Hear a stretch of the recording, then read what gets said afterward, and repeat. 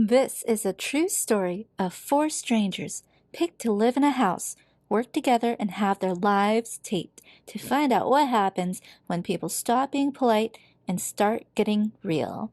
Hi guys, it's inniyolk here, and yes, I did have to Google the correct tagline for that old MTV series.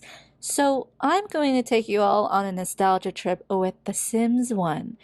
And so I have here RJ, who's our trust fund, materialistic, lazy kid, Lydia, who's a mom of two, wanting to escape and live her best party life, Barat, who doesn't have a personality trait except for loving the art of dance, and Anise, former soccer star in between seasons. So with the announcement of Sims 5, I had to get back into the one that started it all.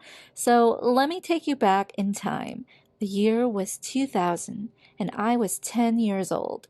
My dad came home with a copy of The Sims for me to play, and little did I know how addicted I would be to it for the next few years.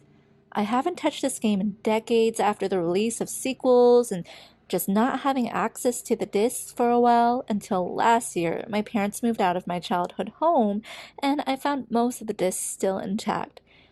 Okay, so enough about me. Let's get into the lives of these strange people living in my childhood dream home mansion.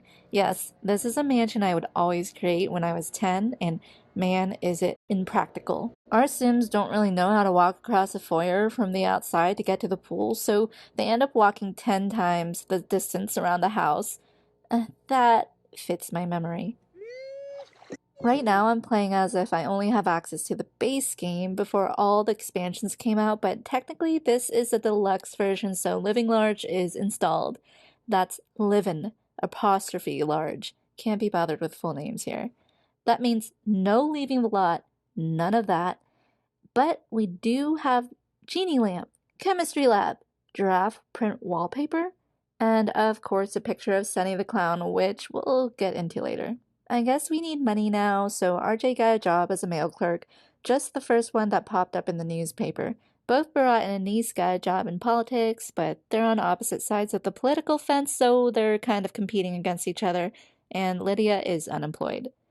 Things were starting out positive as RJ got an immediate promotion and Anise was climbing the political ranks as well.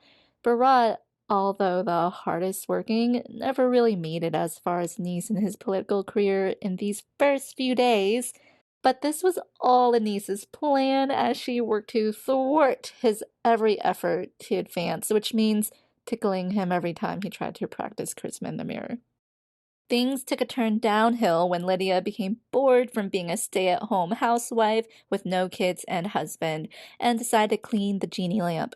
To spice up her life, she chose all the wishes of fire, and fire did she get, as our most expensive item the house caught on fire. It's okay though, nobody died. Fireman came, and all was good, minus ivory gold detailed piano. Even though the housemates didn't pay for it and it was put in by the real world production crew, I still was expecting some insurance money from that though. We tried to have our housemates make some potions as they quickly descend into depression, but it always came out blue, which is supposed to help with our needs, but sooner or later they're in the red again. I wanted to do a hands-off approach, refraining from being a helicopter parent and trusting in the Sims 1 free will AI, but it was clear these Sims would bring themselves to the brink of death, not being able to find the toilet or just friggin' take a nap. For some reason, Lydia decided to clean up ash in her bikini instead of tending to her basic needs.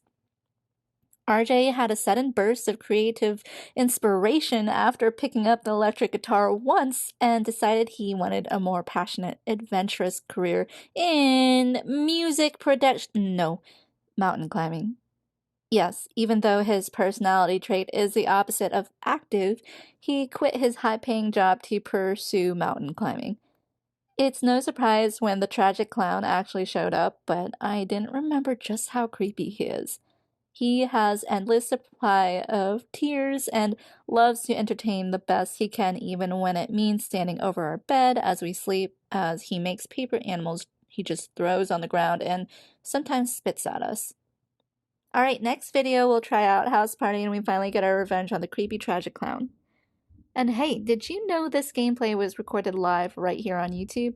Catch my full live stream in my live tab, and if you want to help contribute to future videos as I make them, join on my stream schedule almost every day at 9 p.m. Eastern. Thanks! Leave a like and subscribe!